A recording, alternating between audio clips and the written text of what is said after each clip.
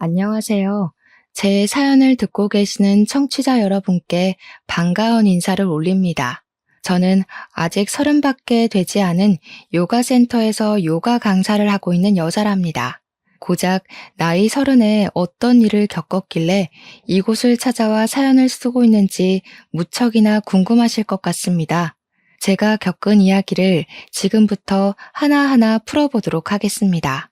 저의 언니 같은 마음으로 혹은 엄마 같은 마음으로 같이 화를 내주시고 욕을 해주시면서 끝까지 들어주시면 감사하겠습니다. 저는 대학생 시절에 처음으로 요가에 푹 빠지면서 영상과 몸을 돌보는 휴식 시간에 대해 깊게 생각을 하게 되었습니다. 대학도 사실 겨우겨우 들어가기도 했고 그저 그런 성적에 맞춰서 진학을 했기 때문에 제가 가고 싶었던 전공을 선택할 수도 없었거든요. 무료한 대학 생활을 하며 학사 경고를 맞기도 했고 동기들이랑 잘 어울리지도 못하고 휴학을 반복했었습니다. 관심이 없는 학과이다 보니 강의 내용도 따라가기 어렵고 저만 자꾸 겉돌게 되니까 자연스럽게 아웃사이더, 소위 말하는 아싸가 되더라고요. 그래도 예쁜 얼굴에 몸매는 열심히 운동으로 가꾸고 있었던 터라 남자 학우들에게 인기는 있었지만 그거 아시죠? 남자인 친구들이 늘어날수록 여자인 친구들에게는 배척을 당하고 미움을 산다는 것을요. 결국 동기들 사이에서 꼬리가 9개 달린 여우라는 소문이 나기 시작했고 대다수의 여학우들이 저랑 어울려 다니기 싫어한다는 걸 알게 된 남자 학우들도 슬슬 저를 피하기 시작했습니다. 저는 사실 뜬 소문이었던 터라 너무나도 억울했지만 사실 학교 자체에는 그다지 미련이 없었기 때문에 그런가 보다 하고 신경 안 쓰려고 노력했죠. 그때마다 저를 달래준 건 친구도 술도 유흥도 아닌 바로 요가였습니다. 학교에 다니는 동안에는 그냥 취미처럼 즐기다가 교양 수업으로 학점을 겨우겨우 맞춰 대학을 졸업한 이후에는 제대로 배우기 시작했습니다. 몸도 가벼워지고 자연스럽게 몸매의 라인도 살고 다이어트는 당연하고요. 요가는 제 인생이나 다름없는 운동으로 자리를 잡게 되었습니다. 요가가 되게 정적인 운동 같다고 생각하실 텐데요.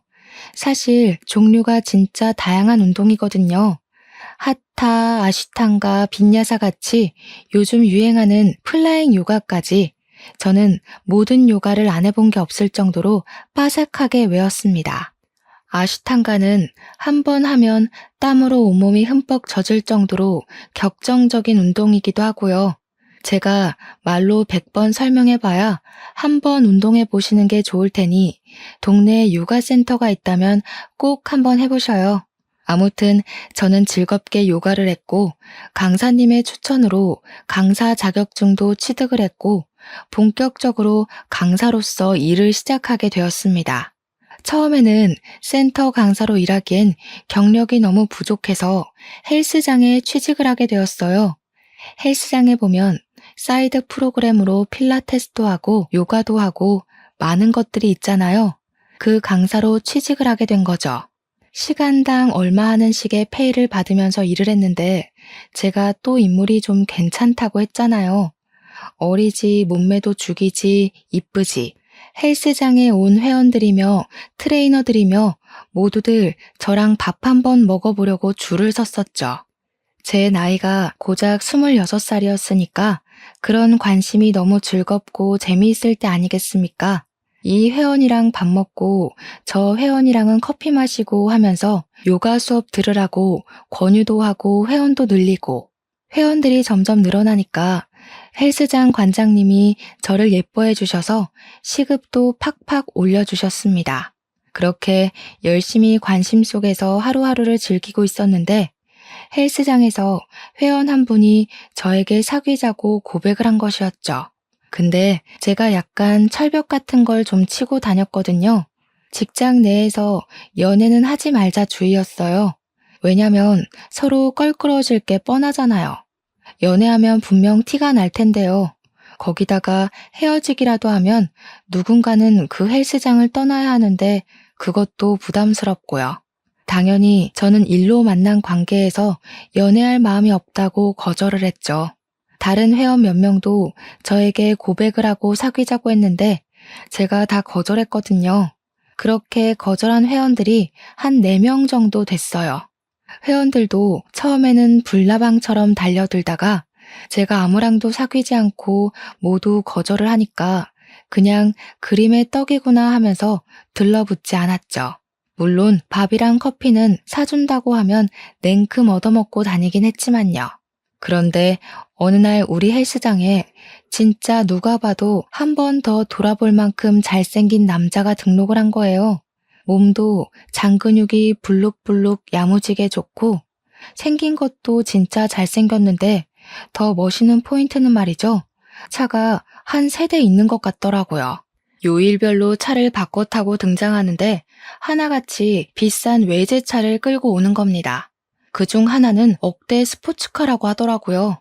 다른 회원들도 시기와 질투, 부러움이 섞인 채로 뒷말들을 하는데 남자들의 질투가 어마어마하게 무섭더라고요. 관장님한테 슬쩍 그 회원에 대해 물어보니까 완전 금수저라고 하더라고요. 차고 다니는 시계가 몇 천만 원 하는 브랜드더라. 집이 원래 부자인 것 같더라. 나이도 많지 않더라 하면서 신나게 이야기를 하더라고요. 저도 모르게 홀린 사람처럼 관장님한테 저런 남자랑 한번 진하게 사귀어보고 싶다고 했더니 관장님이 저를 말리셨어요. 아서라, 우리 헬스장 남자 회원들 다 그만둔다 하시는 겁니다. 뭐 관장님 입장에서는 저 때문에 재등록하는 회원들이 있으니 제가 회원이랑 연애하는 게 별로 마음에 들지 않으시겠죠. 어쩔 수 없이 혼자 멀리서 그 회원님이 운동하는 것만 힐끔힐끔 훔쳐봤거든요. 근데 그 이후에 회원들이 저보고 밥 먹자, 커피 먹자 하면서 추파를 던져도 마음이 영 가지 않더라고요. 평소 같으면 냉큼 따라 나가서 공짜 밥 먹고 공짜 커피 마시고 은근히 오빠 너무 고마워요 했을 텐데요. 저한테는 시선도 주지 않고 묵묵히 운동만 하는 잘생긴 회원한테 은근히 서운할 지경이었죠. 저렇게 잘생긴 남자는 나한테 관심도 없구나 하면서요. 근데 아시다시피 요가라는 운동이 보통 여자들을 위한 운동이라는 인식이 있어서 남자들은 거의 안 하는 운동이거든요. 자세가 유연성을 요구하기도 하고 몸매 라인을 정리하기 위한 운동이고 동작이니 근육을 원하는 남자 회원들한테는 만족스럽지 못한 운동이기도 하죠. 남자들은 땀 뻘뻘 흘리면서 막 누가 봐도 허리가 아작날 것 같은 역기 같은 거 들면서 운동하는 걸 과시하잖아요. 물론 요가에도 아시탄가라는 격정적인 운동이 있긴 하지만 남자 회원들에게는 매력적이지 못한 운동이죠. 누워서 호흡하고 명상하고 하는데 다들 지루해하기만 하고 별로 좋아하지 않았어요. 저랑 친해지고 싶어서 몇 번 수업을 받았던 남자 회원님들도 결국에는 떠나가더라고요. 아무튼 제가 제일 한가한 타임이 오후 9시 타임이거든요. 이때 보통 주부들은 집에서 아이들을 돌봐야 하는 시간이고 젊은 회원님들은 술 마시러 떠나는 시간이라서요. 저의 마지막 타임이기도 하고 끽해봐야 한두 명 정도 수업을 신청하면 일부러 8시 타임으로 옮겨놓고 빨리 퇴근해버려요. 관장님도 그 정도는 눈 감아 주시고요. 근데 그 금수저 회원님께서 덜렁 9시 요가를 신청해 두신 거 있죠? 더 신이 났던 건 9시 타임에 금수저 회원님 말고 다른 분들은 아무도 신청을 안 했더라고요. 평소 같으면 8시 타임으로 당기고 1시간 일찍 하는 퇴근을 꿈꿨을 텐데 제가 이런 절호의 기회를 놓칠 수 없죠. 일부러 9시까지 기다렸다가 완전 1대1 맞춤 수업으로 요가를 했어요. 어떻게 해서든지 흥미를 주고 싶은 마음에 어려운 동작들은 피하고 PT랑 비슷한 동작들로 커리큘럼을 수정해서 맞춤형 운동을 보여드렸죠. 1시간이 너무 순식간에 사라지고 수업이 끝났는데 저한테 요가가 이렇게 격정적인 운동인지 몰랐다고 생각보다 너무 재밌다고 해주셨어요. 처음으로 금수저 회원님과 말을 섞게 된 것이었는데 정말 목소리도 완전 중저음으로 좋더라고요.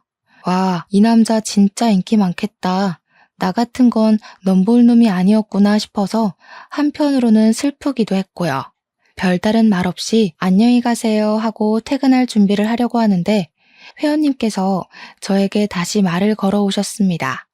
혹시 이 수업 시간에 사람이 없나요? 하시길래 양심에 좀 찔리긴 했지만 그렇다고 대답을 했죠. 그러니까 오늘 수업을 받아보고 요가에 흥미가 생겼다면서 혹시 1대1 수업도 가능하냐고 물어보시더라고요. 제가 1대1 개인 레슨을 하긴 하는데 아무래도 단체 수업은 헬스장 프로그램에 포함된 가격이라 좀 저렴하고 1대1은 비싸거든요. 거기다가 시간도 오전 타임에 1대1 수업을 진행하고 저녁 타임은 단체 수업으로 진행한단 말이죠. 저녁 타임에 해야 오는 회원님들도 많아서 수업 분위기도 훨씬 흥분되거든요. 1대1 수업을 원하시면 시간대는 언제가 좋으시냐고 물어보니까 저녁 9시 타임이 딱인 것 같다고 하시더라고요. 아무래도 단체 수업이 있는 시간대라 관장님이랑 상의하고 수업 조정을 해야 한다고 말씀을 드렸더니 자기가 직접 관장님께 말씀을 드리겠대요. 그래서 알겠다고 조심히 가시라고 하고는 콩닥콩닥거리는 가슴을 진정시키고 저도 집으로 돌아갔습니다. 다음 날 관장님이 저한테 슬그머니 오시더니 그 회원 어떻게 꼬셨냐고 물어보시더라고요. 그래서 제가 새침하게 꼬시긴 뭘 꼬시냐고 아무 짓도 안 했다고 하니까 막 호탕하게 웃으시더라고요. 알고 보니 개인 레슨비를 웃돈으로 주고서라도 하고 싶으니까 9시 단체 수업을 없애고 자기 1대1하게 해달라고 했다는 겁니다. 그러면서 레슨비 엄청 높게 맞췄다고 저한테 보너스를 주시겠다고 하는데 그런 건 귀에 들리지도 않더라고요. 돈으로 시간을 사겠다는 그 재력이 뿅가게 멋있는 거예요, 진짜. 관장님이 제가 멍한 표정으로 이야기를 듣고 있으니까 넌지시 연애를 하고 싶으면 다른 회원들 모르게 하라고 하시더라고요.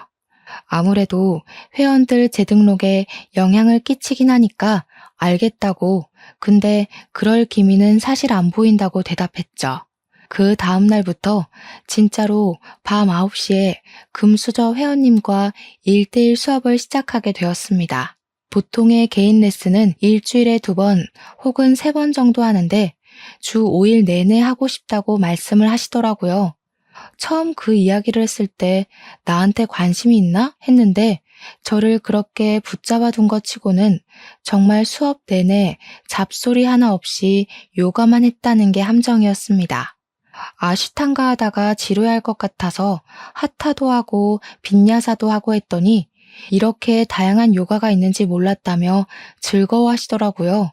요가를 하면서 은근히 터치도 이루어지고 요가복이라는 게 솔직히 몸매가 확실히 드러나는 옷이잖아요. 근데 꿈쩍을 안 하더라고요. 약간 못 꼬신 남자가 없었던 인생에 처음으로 벽이 느껴져서 자존심이 상하기도 했습니다. 그렇게 한 3주일쯤 지났나? 제가 회원님에게 질문을 하게 되었죠. 회원님, 이번 달 수업은 일주일 남았는데 다음 달에도 재등록하실 건가요? 하니까 네 하시더라고요. 그래서 제가 농담이랍시고 혹시 요가 강사 하려고 하시는 거냐고 매일같이 이렇게 열심히 하시는 분은 이 헬스장 다니면서 처음 본다고 했죠. 그러니까 저한테 요가 강사가 꿈은 아닌데 재미가 있어서 하는 거라고 하시더라고요. 그래서 네, 알겠습니다. 다음 달에도 연장하시는 걸로 알게요. 하고 1대1 요가를 쭉 이어나갔죠. 그렇게 강습한 지 3개월이 꽉 찼어요. 그동안 관장님은 덕분에 레슨비로 돈 많이 벌게 되었다고 인센티브까지 팍팍 주셨습니다. 3개월을 내리 매일매일 요가 수업을 하다 보니까 이제 동작도 뭐 더 나아갈 게 없더라고요. 곧잘 따라 하시기도 하고 수업이라는 게 좀 돌려막기식으로 진행되다 보니까 제가 양심에 찔리는 수준까지 갔어요. 저야 돈 벌면 좋긴 한데 저한테 관심이 하나도 없고 수업만 열심히 듣는 열성 회원을 등쳐먹는 듯한 기분이 들어서요. 3개월 수업이 종료되는 날 말을 했죠. 이제 동작 다 알고 계시니까 혼자 하셔도 충분하실 것 같다고요. 제가 뭐 더 교정해 드릴 부분도 없는 것 같고 동작 맞춤 요가 음악이 필요하시면 따로 보내드리겠다고 나름 친절을 베풀었습니다. 그러니 금수저 회원님께서 저를 빤히 보시면서 그러더라고요. 저 동작 한 달 만에 다 외웠는데요. 라고요. 순간 무슨 의미인가 이해가 안 돼서 속으로 그래서 어쩌라고가 튀어나왔지만 그냥 웃고 말았죠. 칭찬은 고래도 춤추게 한다니까 그런 것 같다고 너무너무 잘하시더라. 앞으로 혼자 하셔도 될 것 같다. 꾸준하게 하시면 라인이 더 살아날 거다 했죠.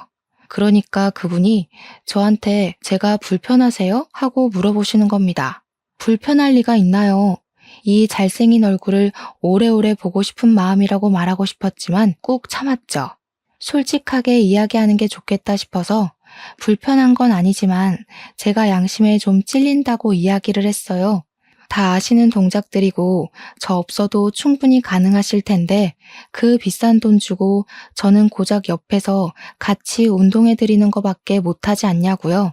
그러니까 회원님이 피식 웃으면서 자기는 저랑 같이 운동을 하고 싶어서 강사님의 시간을 돈 주고 산 거라고 하더라고요.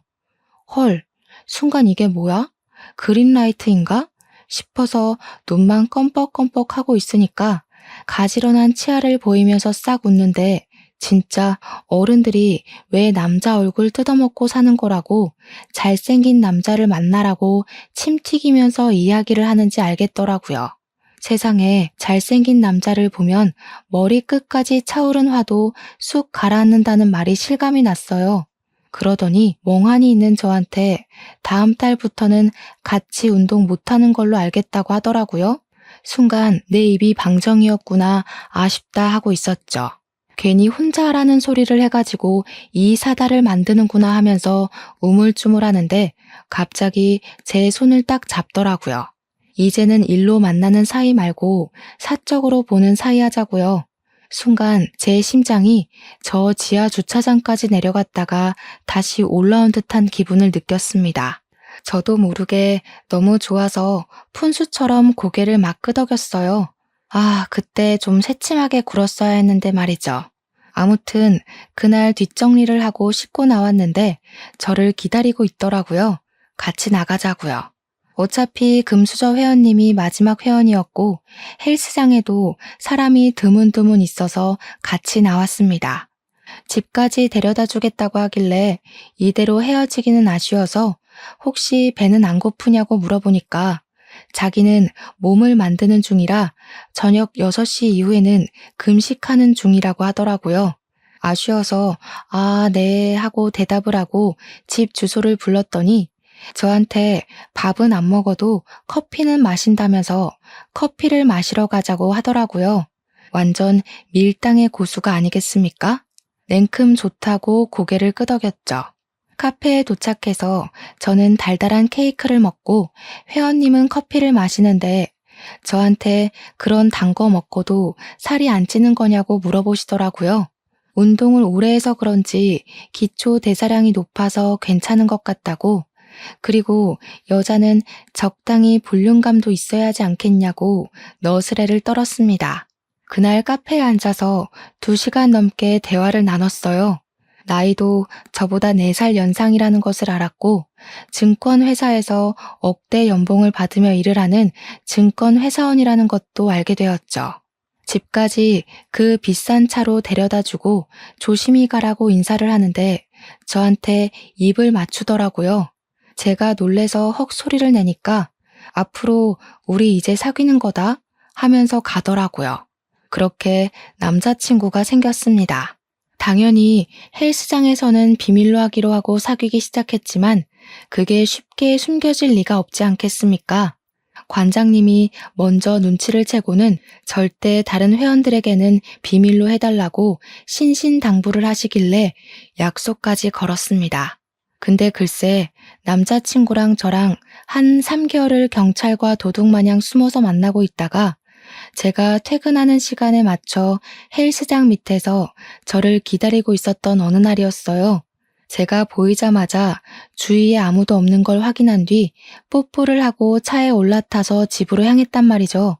분명 두리번거리며 확인했을 때 아무도 없었는데 그 장면을 목격한 회원님이 있었던 거예요. 하필이면 저에게 선물 공세도 하고 밥도 사주고 3번이나 고백했다가 차인 회원님이었던 거예요. 다음날 관장님을 찾아가서 제가 자기를 가지고 논 게 틀림없다면서 헬스장에 있는 회원님들에게 다 들리게 큰 소리로 난리를 쳤습니다. 거기다가 저한테 차인 인간들한테도 다 소문내가지고 그 사람들끼리 똘똘 뭉쳐서 관장님을 찾아간 거죠.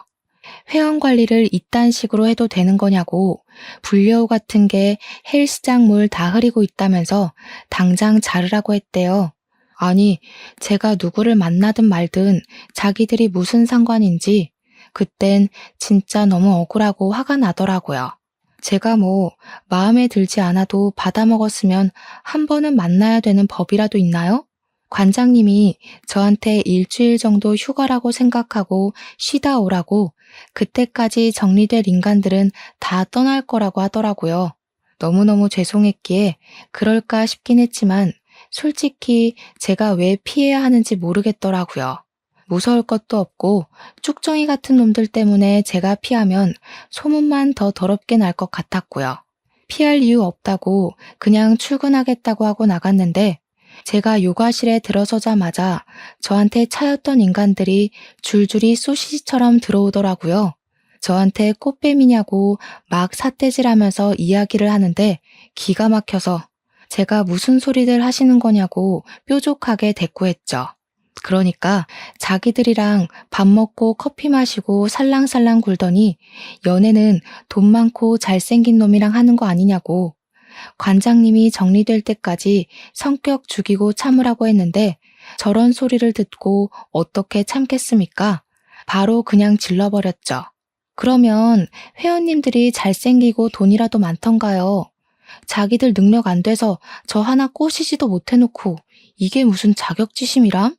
제가 좋아하는 사람이랑 연애를 하겠다는데 왜 감나라 배나라 하세요? 제가 커피 사달랬어요? 밥 사달랬어요? 먼저 사주겠다고 나가자고 하더니 왜 저를 꽃뱀으로 만들어요? 근데 하필 그 타이밍에 요가 수업 들으러 왔던 아주머니 회원님 한 분이 그걸 들었던 거죠. 그 아줌마 입이 진짜 촉새였거든요. 남자 여럿이 와서 따지고 드니까 이리저리 소문을 이상하게 낸 거죠.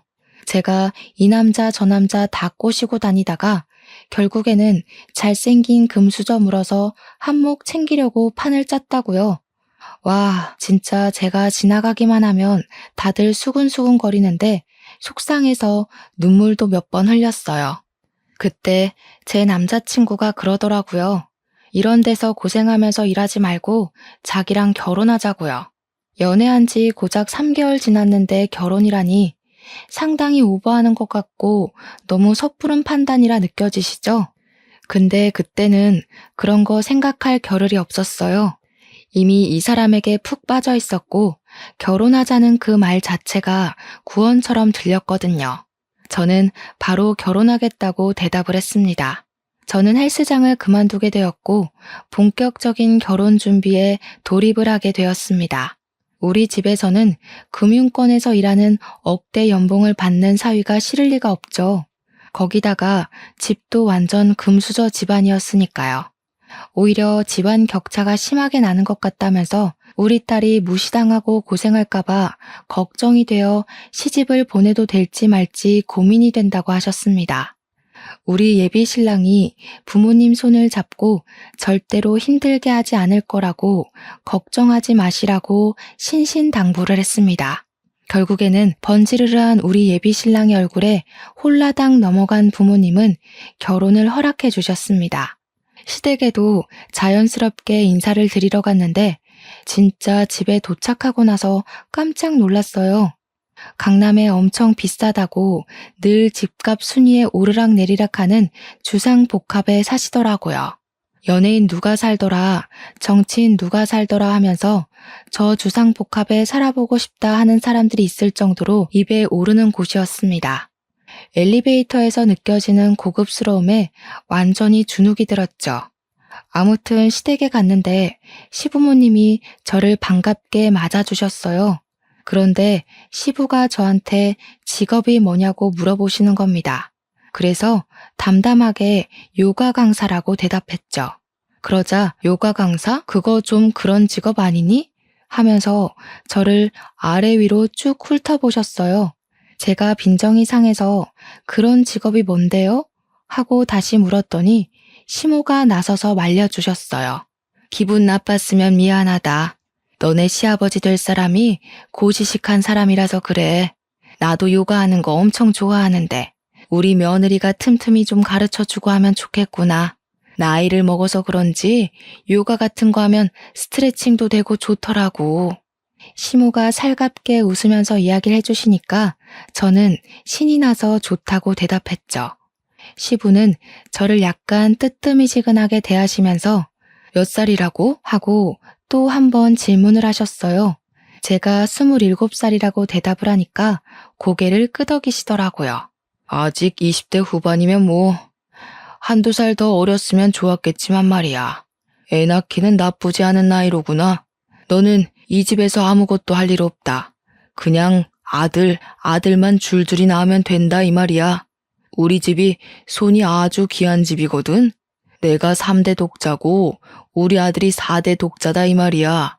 네가 아들을 하나 낳아주면 차를 바꿔줄 거고 둘을 낳으면 강남에 집을 떡하니 사줄 거고 셋을 낳아오면 내 건물을 하나 증여해주마. 저는 그 말에 입을 떡 벌렸습니다. 아들만 낳아오면 된다는 말을 귀에 딱지가 앉을 정도로 들었어요. 그리고 결혼식도 정말 연예인 부럽지 않게 성대하게 올렸습니다. 집안의 4대 독자가 결혼을 한다는데 다른 집안에 얕보이면 안 된다고 하시면서 드레스도 해외에서 공수해온 드레스로 맞춰주셨고요. 식대가 1인당 18만 원이나 하는 누구나 알 법한 호텔에서 결혼식을 올렸습니다. 신혼집은 남편이 혼자 살고 있었던 집에 몸만 쏙 들어갔습니다. 저희 집에서 혼수를 바꿔주시겠다고 했는데 남편이 싹 거절했어요. 신제품으로 바꾼 지 얼마 안 됐다고 집안 살림 다 바꾸면 돈 낭비하는 거라고 나중에 노후 자금 쓰시라고 하더라고요. 하나하나 배려해주는 남편의 말에 우리 가족들 모두 감동을 받았죠. 저는 결혼을 한 이후에 요가 강사 자리를 포기하지 않았고 재빨리 헬스장에서 일했던 경력을 토대로 요가 센터를 돌면서 면접을 보았습니다. 어쨌든 사회에서 예쁜 얼굴은 모든 일에 플러스 되는 요인이기도 하죠. 저는 바로 취직을 할 수 있었고 꽤 큰 센터에서 일을 하게 되어 월급도 매우 괜찮은 수준으로 협의를 보게 되었습니다. 남편에게도 취직을 했다고 자랑을 하니까 갑자기 버럭하더라고요. 아버지 말씀 뭘로 들은 거냐고. 우리 빨리 임신을 해야 하는데 대뜸 취직이 무슨 소리냐고요. 아직 27살밖에 되지 않았으니까 하루빨리 자식들 줄줄이 낳고 나면 몸 회복도 빠를 거고 출산 후에 요가 강사해도 되지 않냐고 하더라고요. 출산하면 여자 몸이 얼마나 망가지는데 하루아침에 요가 강사 일을 할 수 있겠습니까? 거기다가 제 친구들 중에는 시집간 친구들이 하나도 없는데 혼자 애까지 낳으면 제가 얼마나 외롭고 쓸쓸하겠어요. 이왕이면 친구들이랑 같이 육아하면서 정보 공유하고 지내는 게 좋지 않겠어요? 당장 아이를 낳을 마음이 없었던 저는 필사에 변명을 했고 남편은 들어주지 않았습니다. 어차피 다 도움이 있어서 키울 거고 아들만 낳으면 전적으로 시부모님께서 다 케어를 해주실 테니까 아무 걱정하지 말고 임신만 하면 된다고요. 남편은 그렇게 통보를 한 이후에 신혼생활을 즐길 마음이 정말 없는 건지 피임을 하지 않았습니다.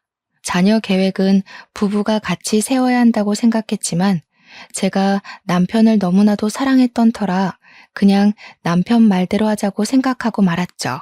그렇게 결혼 한 달 만에 몸이 약간 피곤하다는 것을 느꼈고 미열도 느껴지고 어질어질한 기분이 들어서 이상하다 생각했죠.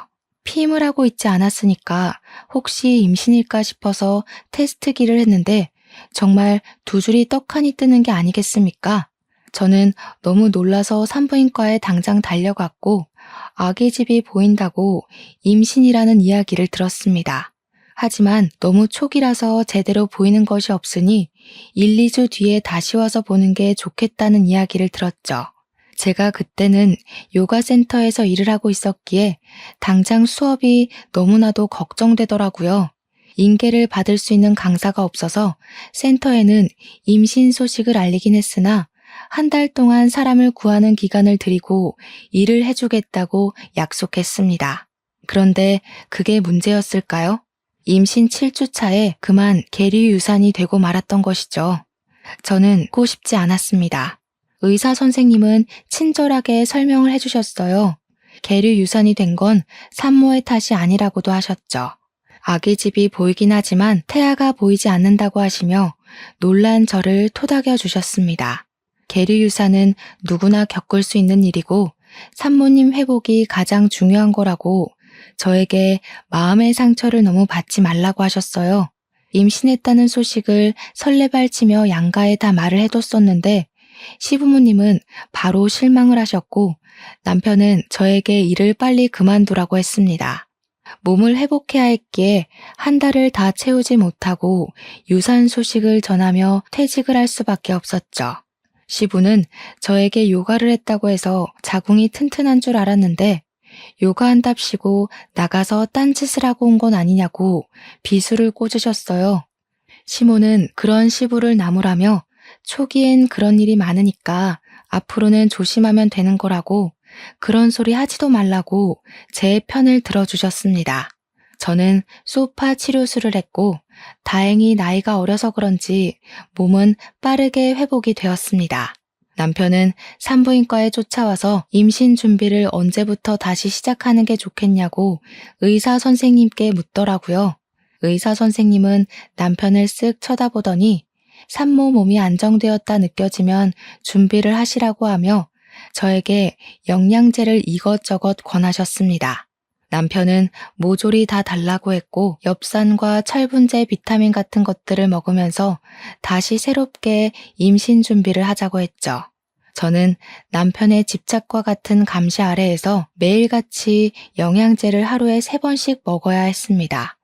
하루는 제가 너무 지쳐서 이렇게까지 해야 되는 거냐고 물었더니 다 우리 부부 좋자고 하는 일이라고 하더군요. 어릴 때부터 아들 노래를 불렀던 집안에 아들을 안겨드리는 것만큼 효도가 어디 있겠냐고요. 그러면서 너도 하나만 낳으면 차 사준다고 하지 않았냐고 외제차 끄는 사모님 하고 싶지 않냐고 빨리 임신하자고 하더군요. 저는 울며 겨자 먹기로 매일같이 영양제를 먹어야 했고 정확히 유산한 지 6개월 만에 2번째 임신을 하게 되었습니다. 근데 제 나이가 1살 더 먹어서 28살이 되었잖아요. 1살 더 먹었다고 시댁에서 난리가 난 거죠. 하루라도 빨리 애를 낳아야 1명이라도 더 낳을 수 있는 거 아니냐고 하면서 저를 엄청 쪼아댔습니다. 그때 마침 임신을 한 사실을 알게 되었고 이번에는 아기 심장 소리까지 확인을 할 수 있었습니다. 하지만 한번 유산을 겪었던 터라 마음의 불안은 가시지 않았고 남편에게 우리 임신 3, 4개월이 될 때까지 비밀로 하자고 했죠. 그리고 제가 임신 16주를 맞이했을 때 배가 볼록 나오기 시작했고 아이의 성별이 아들이라는 것까지 확인하게 되었습니다. 남편과 저는 병원에서 주책맞게 눈물을 흘렸고 바로 시댁으로 찾아가 임신 16주고 아들이라는 것을 말했습니다. 그러자 시부가 저한테 역시 우리 며느리라면서 인정이라고 저한테 차를 사주시겠다고 하시는 겁니다. 떨리는 마음에 비싼 외제차 계약까지 딱 하고 집으로 돌아왔죠. 그렇게 태교에만 집중을 하며 지냈는데 임신 20주에 아이가 또 유산이 되고 말았습니다. 원인을 정확하게 알 수 없다고 하더라고요. 단지 제 자궁이 약하고 갑상선 기능에 문제가 있어서 그런 것 같다고 했어요. 당연히 시부는 목덜미 잡고 쓰러지고 우리 남편 또한 망연자실하더라고요. 무엇보다 가장 슬픈 건 저였습니다. 우리 아이 태명도 붕붕이로 지었는데 시부가 붕붕이가 태명이니 붕붕 떠난 것 아니냐고 차 계약도 바로 취소해버리셨어요. 그러더니 제가 처치를 다 받고 태어나는데 그러시더라고요. 너 혹시 담배 피우냐? 아기 가지고 술 먹고 춤추고 논 거 아니지? 아니면 자궁에 문제가 있어? 왜 애가 2번이나 유산이 되냐고. 갑상선 기능에 문제가 좀 있다고 하더라고요. 자궁도 2번의 유산을 겪으면서 많이 약해졌다고 하더라고요. 이런 쓸모없는 계집애 같으니라고. 나이가 어려서 애는 많이 낳겠거니 싶어서 부족한 년 받아줬더니. 그래서 너 임신을 할 수 있다는 거야, 없다는 거야? 남편이 한숨을 푹푹 쉬면서 병원에서 하는 말이 제 갑상선 기능이 많이 저하되어서 약물 치료를 해야 한다고 했다 말했어요. 이게 호르몬제가 투여되는 거라 치료가 끝날 때까지는 임신을 하면 안 된다고 했다고 말을 전하니까 시부 얼굴이 빨개지더라고요. 사람이 열이 받아서 혈압이 오르면 얼굴이 그렇게까지 빨개질 수 있구나 하는 걸 알았죠. 저한테 어쩔 거냐며 소리치시는데 제가 죄인이 된 기분이더라고요. 그러더니 시모가 저를 달래주면서 집에 가서 이야기를 하자고 온 가족을 끌고 시댁으로 향했습니다. 차 안에서도 고개를 들지 못하고 가만히 있었죠. 정말 제가 무슨 줄에 묶여서 끌려가는 기분이었어요. 한참을 다들 말없이 그러고 앉아서 시부의 한숨 소리만 듣고 있었습니다. 저는 그 공기가 너무나 답답해서 딱 미치기 일보 직전이었습니다. 그런데 믿었던 시모의 입에서 상상을 초월하는 말이 터져나왔습니다. 속은 좀 상하겠지만 너네 이혼시킬 마음은 없고 우리 집이 손이 귀한 집이라 아이는 꼭 낳아야 한단다. 네 치료가 얼마나 길게 이어질지도 모르는 거고 약물 치료하다가 애가 들어서면 애가 안녕 못할지도 모르고 그래서 말인데 요즘도 대리모라는 게 있더라. 그게 무슨 말씀이세요? 대리모라뇨? 지금 바깥에서 사생아를 낳아오라는 그런 말씀이신 거예요? 그러니까 시부가 대뜸 시모한테 말 잘했다 하면서 그러더라고요. 바깥에서 나오는 게 어디가 어때서? 우리 때는 다 그랬다. 네 몸이 멀쩡했으면 이럴 일도 없잖아. 다 네 잘못이니까 수긍하고 우리 아들이 나오는 핏줄 받아다가 네 자식처럼 잘 키워. 순간 머리가 멍해지는데 남편이 제 손을 꼭 잡으면서 말을 하더라고요. 부모님의 뜻이 그렇다는데 자식으로서 당연한 도리는 하고 살아야 하지 않겠냐고요. 아이를 원하신 게 하루 이틀이 아니니 우리가 받아들이자고 하는 겁니다. 아니, 그걸 지금 제 손을 꼭 잡고 할 말입니까? 이게 말이나 되는 소리인지 저는 남편의 손을 확 뿌리치고 남편에게 결혼할 때 받았던 1캐럿짜리 다이아 반지를 거실에 탁 내려놨습니다. 이혼하겠습니다. 대리모라뇨? 차라리 재혼을 하라고 하세요. 그러니 시부가 활짝 웃는 게 아니겠습니까? 잘 생각했다. 네가 아주 대찬 성격이구나. 구질구질하게 굴 것 같아서 대리모 이야기를 꺼낸 건데 이혼을 하겠다고 하니까 오히려 잘 됐어. 내가 위자료는 섭섭지 않게 주마. 그러더니 미리 준비라도 하고 있었던 건지 서랍에서 이혼 서류를 꺼내더니 도장 찍으라고 하더라고요. 통장으로 위자료인 셈 치고 5천만 원 보내줄 테니까 걱정하지 말라고 그 정도면 섭섭지 않지 않냐고. 그날 정말 깊은 배신감에 치가 떨리고 정신까지 나가버려서 도장을 바로 찍어주었습니다. 도장 찍자마자 제 앞에서 5천만 원을 제 통장으로 송금해 주더군요. 너무 억울하고 속이 상해서 울면서 친정으로 갔더니 부모님이 걱정하면서 물어보시길래 솔직하게 다 말했습니다. 우리 부모님도 정신 나간 것들 아니냐고 쌍놈의 집안이라고 욕을 하면서 그런 집안을 대이어서 뭐하냐고 소리를 치시더군요. 신혼집에서는 정말 제가 몸만 들어갔던 거라 가지고 나올 짐도 없었습니다. 옷 몇 개 있던 것도 칼같이 친정으로 택배 보내놨더라고요. 저는 정신을 차리고 바로 갑상선 치료에 돌입했고 약물 치료를 하며 구직 활동을 했습니다. 다행히도 꽤 큰 체인을 가지고 있는 요가 센터에 취직을 하게 되었고요. 몸을 돌보면서 운동을 병행하고 있었는데 이혼한 지 3개월쯤 지나서 예전 헬스장 관장님께 연락이 온 겁니다. 너 이혼한 거 진짜야? 어떻게 하셨어요? 어디 말도 안 했는데. 야, 네 전 남편 우리 헬스장 다시 등록했어. 여기 여자 트레이너랑 사귄다고 하더라. 어찌나 뻔뻔한지 여기 회원님들이 그 소문 다 알고 쳐다보는데도 꿋꿋하게 둘이 하루 종일 붙어 있는다니까. 그래서 저는 그냥 관심 없어요 하고 끊었습니다. 어떻게 이혼한 지 3개월 만에 새 여자친구랑 하하호호 할 수 있는지 저는 이렇게나 아픈데 말이죠. 그렇게 시간이 흐르고 흘러 1년쯤 지났을 때였습니다. 저는 갑상선 치료를 무사히 끝마쳤고 건강도 예전처럼 좋아졌습니다. 요가 센터에서 자리도 잡았고 전 남편도 완전히 지워버린 채 잘 살고 있었는데 관장님이 갑자기 연락 와서는 그 둘이 결혼을 했다고 하는 겁니다. 저한테 왜 이런 소식을 전해주시냐고 그만하시라고 하니까 관장님이 더 충격적인 이야기를 하셨어요. 아니, 근데 그게 끝이 아니야. 걔네 이혼도 했다? 벌써요? 왜요? 불임이래. 헐, 그 여자가 임신 못하니까 또 이혼시킨 거예요? 무슨 소리야. 네 전 남편이 불임이란다 글쎄. 왜 여자 트레이너랑 사귀면서 둘이 운동 죽어라 했다고 했잖아. 그때 근육을 더 키우면 멋있겠다는 트레이너 말에 스테로이드성 약물을 생각 없이 복용했다고 하더라. 이게 적당히 하면 괜찮은데 과하게 맞은 건지 정자 기능에 문제가 생겨서 불임됐다고 하대? 그러면서 벌 받은 거라고 저한테 꼭 이 사이다 소식을 전해주고 싶었다면서 안부 조금 물어보고 끊으시더라고요. 정말 대박이지 않나요? 4대 독자니 뭐니 하더니 결국 불임으로 끝이 나다뇨. 이게 다 자기 업보지 않겠습니까?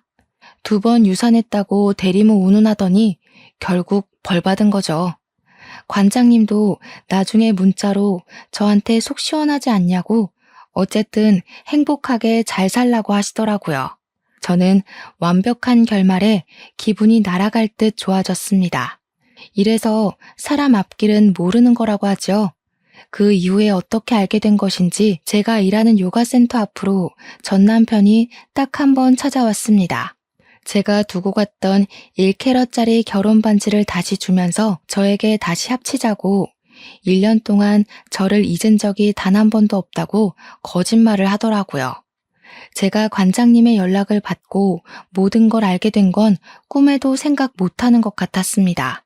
이제 우리 부모님 아이에 대한 미련 없으셔. 내가 다 설득했으니까 우리 예전처럼 행복하게 살자.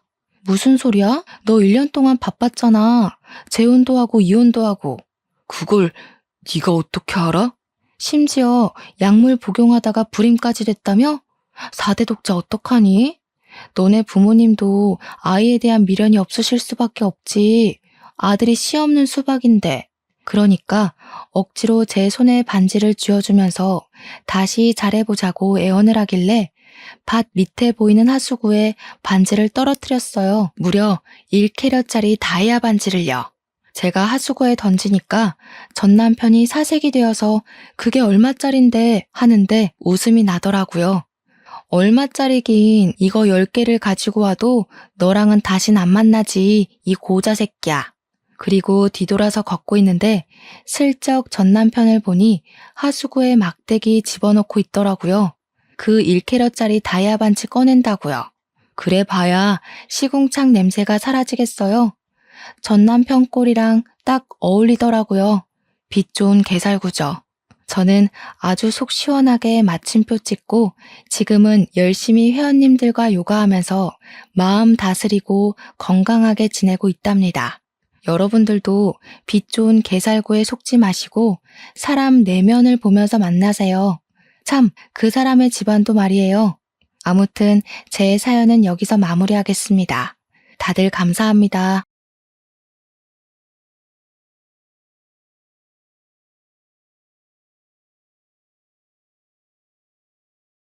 안녕하세요. 저는 최근에 이혼하고 혼자 아들을 키우고 있는 30대 여자입니다.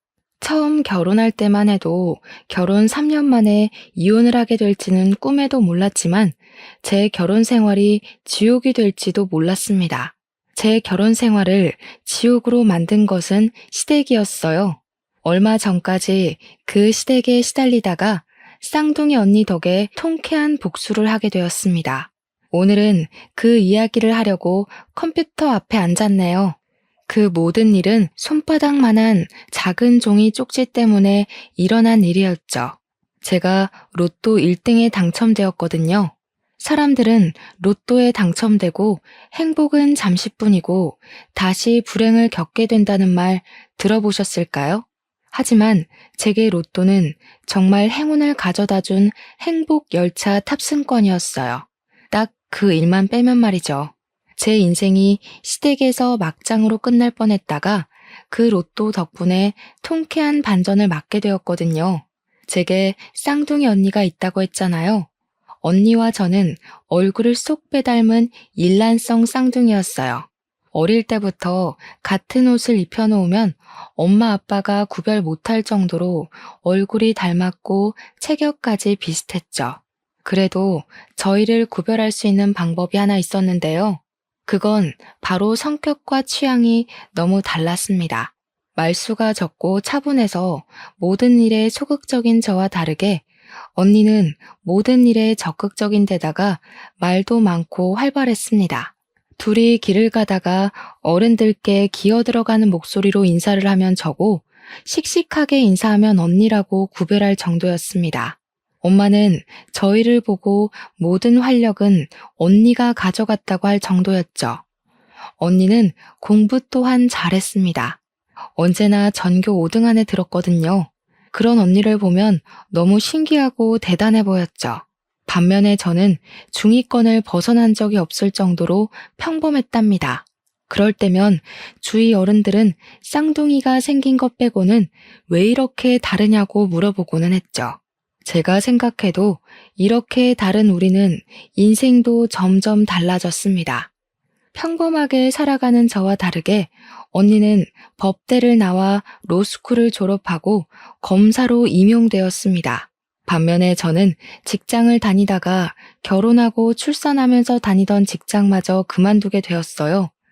언니는 그런 저를 이해하지 못하겠다며 핀잔을 주고는 했었죠. 너 아이 때문에 모든 걸 포기할 거야? 아이를 위해 희생하면 너한테 뭐가 남는 거야? 왜 직장은 그만둔 건데? 힘들게 들어갔잖아. 그럼 어떡해. 아이 맡길 곳이 없는데. 시어머니도 아이는 못 봐준다고 하시고 엄마인 내가 봐야지. 아들이 어느 정도 크면 다시 직장 구해서 들어갈 거야. 아휴, 난 너를 이해하려고 해도 못하겠다. 아이 낳는 건 그렇다 쳐도 이렇게 꾸미지도 않고 왜 이런 꼴로 지내는 건데? 아이 키우는데 당연한 거지. 그래도 아들이 웃는 모습 보면 얼마나 좋은데. 이게 행복이지. 다른 게 있겠어? 내가 언니처럼 똑똑한 것도 아니고 그냥 생긴 대로 사는 거지. 그래, 난 아무리 생각해도 너처럼은 못 살겠다. 결혼 안 하고 말지. 그래도 좀 꾸미고 좀 살아. 이 기집애야. 저희는 생각과 가치관 또한 너무 달랐죠. 그때 언니가 무엇을 걱정하는지 모르는 건 아니었어요. 저도 꾸미고 싶고 직장도 다시 다니고 싶었어요. 하지만 상황이 쉽게 풀리지 않는 걸 어쩌겠어요. 저는 남편과 연애 2년 만에 결혼했습니다. 결혼 생활 초반에는 아무 일도 없었어요. 다른 신혼부부처럼 깨도 볶고 알콩달콩 재미나게 살았죠. 결혼 생활에 변화가 생긴 건 제가 임신을 하면서부터였습니다. 남편이 다른 사람처럼 180도 바뀌었죠. 다른 남자들도 결혼하고 아내가 출산하면 바뀐다고 하지만 원래 저렇게 바뀌는 게 맞는 것인지 남편은 변한 걸 넘어 저와 아들에게 무관심해졌습니다. 원래는 참 다정다감한 사람이었거든요. 제가 먹고 싶다는 것은 멀리 있어도 사다 주고 일하느라 늦게 집에 들어오면 밥까지 차려두던 사람이었어요. 그런데 제가 임신하고 배가 불러오자 무관심을 넘어 화가 많은 사람처럼 보였습니다. 남편은 저와 아이를 보면 인상을 쓰면서 방으로 들어가 버리기 일쑤였고 아이가 울기라도 하면 화를 내면서 자신이 왜 결혼했는지 모르겠다는 말하는 겁니다. 너무 바뀌어버린 남편 모습에 당황스러울 정도였죠. 애 좀 안 울게 할 수 없는 거야? 언제까지 울기만 하는 건데. 지겹다 정말. 우는 소리 듣기 짜증난다고. 처음에는 남편이 짜증 섞인 화를 낼 때 어떻게 아이를 달래야 할지 모르겠더라고요. 주위에 육아에 대해 물어볼 사람도 없고 제가 잘못해서 아이가 우는 것은 아닌지 걱정되잖아요. 서툰 엄마 때문에 아이가 더 민감하게 구는 걸 수도 있는 거니까요. 한참을 안고 어르고 달래어도 아들은 쉽게 울음을 그치는 법이 없었습니다. 제 노력에도 남편의 짜증은 더욱 심해져만 갔죠. 아무리 말이 없고 참는 데 익숙한 저라도 남편의 짜증이 심해지자 화가 났습니다. 아이씨, 진짜 짜증난다고. 어떻게 좀 해보라니까? 무슨 애가 한 번 울면 그치질 않아. 누구를 닮아서 저렇게 울기만 하냔 말이야. 내다 버릴까 보다. 애니까 당연히 울지. 그럼 웃어? 우는 거로 배고프다, 쉬했다, 의사 표현을 다 하는 거야. 당신은 아들이 예쁘지도 않아? 왜 그렇게 짜증만 내는 건데? 육아도 살림도 다 내가 하잖아. 돈 벌어오는 게 그렇게 힘들어? 나는 종일 집에서 애랑 시달리는데. 그럼 당신이 밖에서 돈 벌어오던지. 다른 여자들은 아이 어린 집 맡기고서 잘도 일하러 다니더라. 그런데 당신은 애 직접 키운다고 잘 다니던 직장까지 때려치우고 이게 뭐 하는 짓이야? 종일 방구석에 처박혀서 집 꼬락서니 봐. 이게 살림했다고 말하는 거야? 돼지우리도 우리 집보다 깨끗하겠다. 아이가 어려서 치워도 어질러 놓는 걸 어떡해? 그리고 내가 아들 3살 될 때까지 직접 돌보고 싶다고 말했을 때 당신도 괜찮다고 해놓고 왜 이제 와서 그러는 건데? 저는 일단 남편을 이해해 보려고 노력을 했습니다. 혼자 벌어서 우리 셋이 먹고 살려니 회사에서 받는 스트레스도 상당할 테니까요. 하지만 상황은 좀처럼 좋아질 기미가 보이지 않았어요. 어린 아들은 아빠가 자신을 좋아하지 않는 것을 눈치챘는지 남편 얼굴만 보면 울어 제끼는 겁니다. 아들이 울기 시작하면 남편은 아이 우는 소리가 듣기 싫다고 소리를 꽥 지르면서 씻고 다시 집 밖으로 나가버리더라고요. 그러다가 밤늦게 들어왔죠. 남편이 그렇게 스트레스를 받으니 제가 생각한 방법은 남편이 집으로 돌아와 잠이 들 동안 아들을 안고 아파트 단지를 뱅글뱅글 도는 거였습니다. 아들도 밖에 나오면 기분이 좋은지 방긋방긋 웃으며 울던 울음도 멈췄거든요. 한참을 그렇게 돌고 나면 아들은 제 품에 안겨 스르륵 잠이 들었습니다. 그 모습이 얼마나 기특하던지. 하지만 이렇게 하는 것도 하루 이틀이지 날씨가 궂은 날에는 나갈 수 없잖아요. 하루쯤 참아도 좋으련만. 남편은 그런 날에는 더욱 신경이 날카로워져서 아들에게 소리를 꽥 질러대는 겁니다. 애 좀 조용히 시킬 수 없어? 확시 입을 테이프로 막아버려. 어떻게 온종일 울 수가 있는 거야? 회사에서 돌아오면 편히 쉬고 싶은데 애 우는 소리 때문에 이게 사람 사는 집인지 알 수가 없어. 애니까 울지. 당신은 애가 조금만 울어도 못 참는 거야? 유리가 남이야? 당신 아들이잖아. 누가 내 아들 아니래? 그냥 조용히 좀 시키라고 하는 거잖아. 엄마가 돼서 애 하나 제대로 달래지도 못해? 엄마 맞냐? 집에서 하는 게 도대체 뭐야? 종일 둘이 붙어 있으면서 울지 않게 달래는 방법도 못 알아내고. 너 딴짓하고 다니지? 아직 말도 안 트인 애한테 말한다고 알아들어? 뭔가 불편한 게 있으니까 도와달라고 우는 거라고. 이런 날에는 밖에도 못 나가잖아. 조금만 참아. 아이씨, 진짜. 내가 나가든지 해야지. 짜증나서 못 있겠네. 문을 쾅 닫고 방 안으로 들어가 버리더라고요. 저는 어쩔 수 없이 우는 아들을 달래기 위해 비가 내리는 날 밖으로 나갔습니다.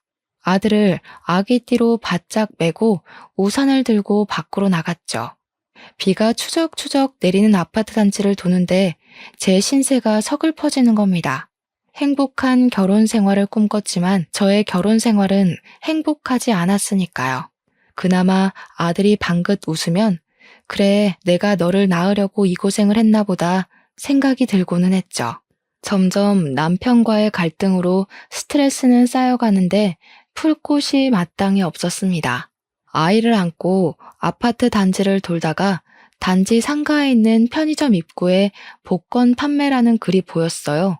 뭔가 알 수 없는 힘에 이끌려 편의점 안으로 들어가 500원짜리 복권 한 장을 사게 되었습니다. 100원짜리 동전으로 복권을 빡빡 긁으니 답답했던 제 마음이 뻥 뚫린 듯 내려가는 겁니다. 그게 제가 복권을 꾸준하게 사게 된 동기가 되어버렸습니다. 남편을 피해 밖으로 나올 때마다 500원짜리 복권 한 장, 그리고 매주 로또 한 장씩을 사서 모았습니다. 유일하게 제가 스트레스를 풀 수 있는 배출구였던 거였죠. 큰 돈도 아니었고 나쁜 짓도 아니었으니 꽤 괜찮은 방법이라고 생각했어요. 그렇게 긁은 복권들과 당첨되지 않은 로또들을 전리품처럼 싱크대 찬장 안에 작은 통에 모아두기 시작했습니다. 하루는 시어머니께서 저희 집으로 반찬을 바리바리 싸들고 오셨어요. 하필이면 그날 저는 한낮에 아들과 낮잠을 자고 있었습니다. 전날 밤에 남편을 피해 아파트 단지를 한참 돌아도 아들이 늦게까지 잠을 자지 않았거든요. 평소보다 더 많은 시간을 밖에서 보낸 탓에 피곤이 몰려왔습니다. 하필 그런 날 어머님이 오셔서 오전에 놀고 치우지 못한 집안꼴을 보게 되신 거였죠. 아니, 집안꼴이 이게 뭐냐? 누가 보면 강도라도 들어온 줄 알겠다. 넌 대체 집을 안 치우고 사니? 이러니 유리 아빠가 집에 들어오기 싫어하는 거 아니야? 오전에 놀고 그냥 낮잠을 자버려서요. 평소에는 유리 재워놓고 치우거든요. 오늘은 너무 피곤해서요. 그걸 변명이라고 하는 거니? 여자가 그렇게 퍼질러 자는데 어떤 남편이 좋다고 하겠니? 아유, 내가 말을 말아야지. 어머님의 타박에 아무 말 못하고 서 있다가 어머님이 부엌으로 걸어가시는 것을 보고서 어질러진 아들의 장난감을 치웠죠. 그런데 제 얼굴 옆으로 플라스틱 통이 날아와 바닥에 부딪혔고 통 안에 들어있던 종이들이 바닥으로 흩어졌어요. 바로 제가 사모아 두었던 복권이었죠. 이게 다 뭐냐? 복권? 돈 한 푼 안 벌어오는 게 내 아들이 피땀 흘려서 벌어온 돈으로 너는 그 짓거리 하고 있었던 거니? 저는 자리에서 벌떡 일어나 어머님을 쳐다보았습니다. 500원짜리 복권 산 게 이렇게까지 비난받을 일이라고 생각하지 못했어요. 일주일에 5,000원 정도밖에 하지 않아서 부담 안 가요. 그리고 남편 돈으로 산 게 아니고 제가 회사 다닐 때 벌어놓은 돈으로 샀어요. 걱정하지 마세요. 뭐? 네가 벌어놓은 돈? 생활은 내 아들 돈으로 하면서 네 돈 내 돈이 어디 있니? 내 아들 돈으로 이제껏 먹고 마시고 다 해놓고서 그것까지 따지는 건 아니지 않니? 일주일에 5,000원? 그걸 1년 동안 모아봐라. 티끌 모아 태산이라고 했다. 살림하는 사람이 작은 것 하나라도 아껴서 살림에 보탤 생각을 해야지. 아휴, 정말 어디 하나 마음에 드는 곳이 있어야 말을 안 하지. 종일 집에만 있으려니 답답하고 스트레스 받아서 그랬어요. 500원짜리 복권이라도 긁으면 속이 풀리는 것 같아서요. 넌 그걸 변명이라고 하는 거니? 누가 보면 애는 너만 낳은 줄 알겠다. 나도 낳아서 키웠지만 너처럼 이렇게 난장판으로 만들면서 살진 않았다. 스트레스? 집에서 편하게 있으니 별 생각이 다 드는 거지. 어머님의 타박에도 저는 복권 사는 걸 참을 수가 없었어요. 유일한 스트레스 탈출구인데 어떻게 그만둘 수가 있겠나요? 눈치는 보여서 전처럼 매주 할 수는 없었지만 스트레스가 머리 끝까지 쌓일 때는 한 장씩 사서 스트레스를 풀고 했습니다. 그렇게 시간은 흘러 아들이 돌이 지났을 때였어요. 집에 들어와 습관처럼 밖으로 나가던 남편이 외박했어요. 아무리 늦어도 외박까지는 하지 않던 사람인데 말이죠. 전화해도 받지 않으니 무슨 일이 있는 건 아닌지 걱정이 됐죠. 저는 뜬 눈으로 밤을 지새웠는데 남편은 아침이 다 되어서 집으로 돌아왔습니다. 남편의 얼굴에는 좋은 일이라도 있었는지 미소가 번져 있었어요. 뭐 하느라 이제야 들어오는 거야? 전화는 왜 안 받는 건데 내가 얼마나 걱정한 줄 알아? 알아서 때 되면 들어올 텐데 뭘 기다리고 그래. 밥 줘, 배고파. 평소에 집에 있으니 남편에게 끼니를 꼬박꼬박 차려주었습니다. 하지만 그날은 밤새 남편 걱정하느라 아침밥 하는 것을 잊어버렸어요. 미안. 당신 걱정하느라 준비하는 걸 깜빡했어. 금방 해줄 테니까 잠시 기다려. 아니, 집에서 하는 일이 뭐가 있다고 밥도 안 한 거야. 당신 보면 내가 너무 답답한 거 알기나 해? 저리 비켜. 재수없어. 남편은 소리를 꽥 지르고 방 안으로 들어가 버렸습니다. 어떻게 아내에게 재수없다는 말을 서슴없이 내뱉을 수가 있을까요? 아무리 저희 사이가 서먹해지고 예전 같지 않다고 해도 말이에요. 그때 스스로 돈을 벌어야겠다고 결심이 섰던 것 같아요. 내가 집에만 있으니 남편도 시댁도 날 개무시하는구나 라는 생각이 들었거든요. 그날부터 아들을 보낼 어린이집을 알아보고 직장을 알아보게 되었어요. 이제 걸음마를 뗀 아이를 품에서 떨어뜨려 놓으려니 마음이 좋지 않았습니다. 아무것도 모르는 아들은 제 품을 떠나 선생님 품에 안기자 엉엉 울어제끼는데 마음이 찢어질 듯이 아파왔습니다. 그래도 어쩌겠어요. 이대로 시댁과 남편 무시 속에서 사는 것을 아들에게 보여주는 것보다 당당한 워킹맘을 보는 게 아들에게 좋지 생각하며 참고 견뎌야 했습니다. 직장을 알아보는데 2년을 쉬었으니 마땅한 일자리가 없었어요. 연락을 받고 면접을 보러 가면 아이가 돌이라는 말에 손사래를 치는 일도 있었습니다. 아이 엄마들은 결근과 조퇴를 밥 먹듯이 한다고 말이죠. 이런 실정이니 우리나라가 출산율이 낮을 수밖에 없다는 것을 깨닫게 되었어요. 저도 면접을 보고 나오면서 둘째를 낳는 것은 포기해야겠다 생각했으니까요. 터벅터벅 걸어서 아들을 데리러 어린이집으로 가는 길에 로또 1등 당첨이라고 현수막이 붙은 작은 복권 가게가 눈에 띄었어요. 습관이 무섭다고 한 장 살까 하는 생각이 번뜩 들더라고요. 그러다가 고개를 절레절레 흔들면서 지금 형편에 언제 취업할지도 모르는데 5천 원이라도 아끼자 하고 참았죠. 그런데 머리와는 다르게 제 두 발은 복권 가게로 향했습니다. 그리고 로또 한 장을 사서 밖으로 나왔죠. 손에 들린 복권을 보면서 이것도 중독이 된 건가 싶은 겁니다. 그동안 꼬박꼬박 복권을 사 모았으니까요. 가방에 로또를 집어넣고 어린이집에서 아들을 데리고 집으로 돌아왔어요. 집에는 남편이 일찍 와서 저를 기다리고 있었습니다. 당신 벌써 와 있었어? 배고프지? 금방 밥 차려줄게. 조금만 기다려. 오랜만에 일찍 들어온 남편을 보니 기분이 좋았습니다. 제가 나가서 일하고 꾸미면 남편도 예전처럼 돌아올지도 모른다는 기대를 하게 되었죠. 그런데 남편은 제게 생각지도 않은 말을 꺼냈어요. 나 당신하고 이혼하고 싶어. 우리 이혼하자. 이혼이라니 남편에게 그런 말이 나올 거라고 상상조차 못했어요. 남편이 아들이 태어난 후에 힘들어하긴 했지만 이혼할 정도까지는 아니었고 아이가 자라면 점점 좋아질 거라고 예상했었습니다. 이혼이라니? 왜 우리가 이혼해야 하는데 우리 유리는 어떻게 하고 이혼을 하겠다는 거야? 유리 생각은 하나도 안 하는 거야? 미안해. 나 당신이 이제 더 이상 여자로 안 보여. 임신해서 볼록하게 불러오는 당신 배가 징그럽고 정 떨어져서 정말 꼴 보기 싫었어. 당신 거울 봐봐. 지금 어떤 모습인지. 화장기 없는 얼굴에 기미도 덕지덕지 생기고 머릿결은 푸석푸석하고. 동네 나가도 당신처럼 하고 다니는 여자 없어. 임신해서 배가 부른 모습에 정이 떨어졌다니 남편에게 무슨 말을 해야 할지 모르겠더라고요. 그냥 싫어졌다도 아니고 꼴 보기 싫어졌다니 말이죠. 머리 끝까지 화가 치밀어 올랐습니다. 그래, 이런 말을 들을 바에 이혼하는 게 서로에게 좋겠다 싶었죠. 배가 불러야 아이가 나오는데 당연한 거 아니야? 그래서 그동안 유리한테도 정이 없었던 거야? 어떻게 그럴 수가 있어? 정 떨어졌다니 나도 당신이랑 살 이유가 없는 것 같네. 그럼 양육권은 나한테 주는 거지? 그건 안 되지. 유리는 내 아들인데 당연히 내가 키워야지. 당신은 유리 키울 능력도 안 되잖아. 그리고 미안해. 나 당신 말고 다른 여자가 있어.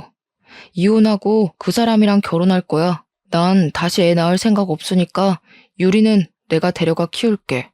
여자가 있다는 말에 어이가 없더라고요. 그래서 남편이 외박까지 했구나 싶었어요. 그 여자와 매일 밤을 함께 보낸 거겠죠. 남편에게 남아있던 정까지 탈탈 털어냈습니다. 저와 이혼하고 그 여자와 다시 결혼하면서 아이를 안 낳을 거니 우리 아들을 데려가 키우겠다는 정신나간 말에 소리를 버럭 질렀습니다. 무슨 말이야? 유리한테 부모로서 정도 없었으면서 그 여자를 위해 데려가서 키우겠다는 거야? 유리를 한 번이라도 따뜻하게 안아준 적이나 있어? 무슨 권리로 키우겠다고 하는 거야? 양육권 안 준다면 나도 이혼 절대 못 해줘. 유리는 걱정하지 마. 어머니가 키워주기로 했어. 당신은 이혼 서류에 도장만 찍어주기만 하면 돼. 무슨 말이야? 우리 이혼을 어머님이 허락이라도 했다는 거야? 그래, 어머니가 우리 이혼 허락했어. 유리도 키워주신다고 했으니까 아이 걱정은 하지 않아도 된다니까. 어머님과 이야기가 끝났다는 말에 당황스러웠습니다. 아무리 제가 미워도 미리 상의 한마디 없이 이혼을 허락할 수가 있을까요? 그것도 남편이 다른 여자가 있어도 말릴 생각도 없이 말이죠.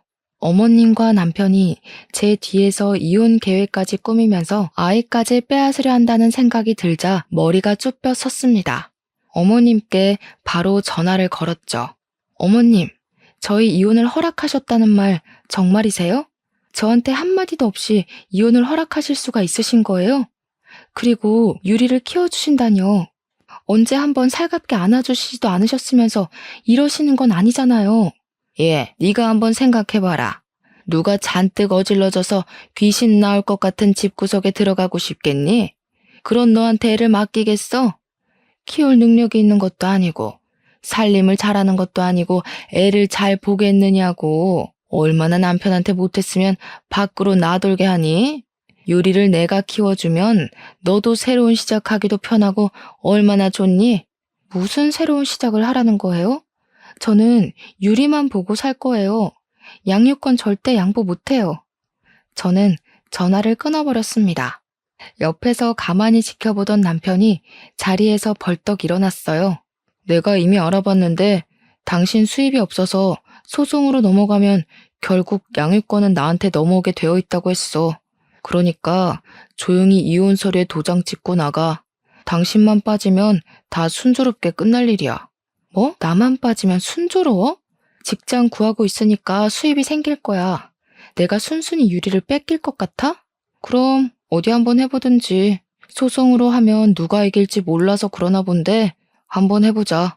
남편은 제게 그렇게 말하고 현관문을 쾅 닫고 나가버렸습니다. 남편이 이기적인 사람이라는 것은 전부터 알고 있었지만 이 정도일 줄 몰랐습니다. 아이를 사랑하지도 않으면서 다시는 아이 낳기 싫어서 데려간다니. 남편에게는 저희 아들은 그냥 도구일 뿐이었어요. 필요할 때는 쓰고 필요 없어지면 버리는 도구 말이죠. 아들을 빼앗기지 않으려면 더 열심히 직장을 구하지 않으면 안 됐죠. 어떤 일이든지 가리지 않고 구하겠다고 마음먹었지만 역시 직장을 구하기는 쉽지 않았습니다. 아이가 어린이집 있을 동안에만 일해야 한다는 시간적 제약도 있었으니까요. 어디 맡길 곳이라도 있으면 좋으련만 친정 부모님도 직장 생활을 하시는지라 친정에도 맡길 수도 없었어요. 사실 이혼하게 되었다고 친정 부모님께 말도 못하고 있었습니다. 원래 말 없는 성격이 한몫하기도 했지만 괜히 말해서 부모님까지 걱정하게 되는 게 싫었습니다. 직장을 구하지 못하고 시간은 흘러가는데 남편은 수시로 전화를 하며 합의 이혼하자고 말하는 겁니다.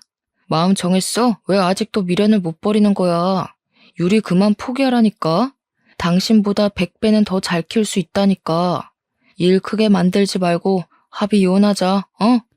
너도 네 아들이 거지 같은 너 밑에서 없이 사는 것보다 내 밑에서 부유하게 살길 원하잖아, 어? 웃기지 마. 당신이 퍽이나 우리 유리를 잘 돌봐주겠다. 당신도 어머님도 못 믿어. 유리는 내 아들이고 내가 키울 거야. 그렇게 우긴다고 될 일이 아니라니까. 진짜 이혼 소송이라도 하겠다는 거야? 당신이 이렇게 나오면 나도 어쩔 수가 없어. 이혼 송장 보낼 테니까 알아서 하라고. 아직 직장도 못 구한 제가 이혼 소송에서 어떻게 이길 수가 있을까요? 재산이나 수익 면에서 모든 게 부족한 제가 지게 되겠죠. 그렇게 된다면 아들을 꼼짝없이 남편에게 빼앗기게 되는 것이었습니다. 저는 신랄 같은 지푸라기라도 잡는 심정으로 이혼 전문 변호사를 찾아가게 되었습니다. 지금 일정한 직업이 없으시다고요? 그럼 양육권을 가져오기 어려우십니다.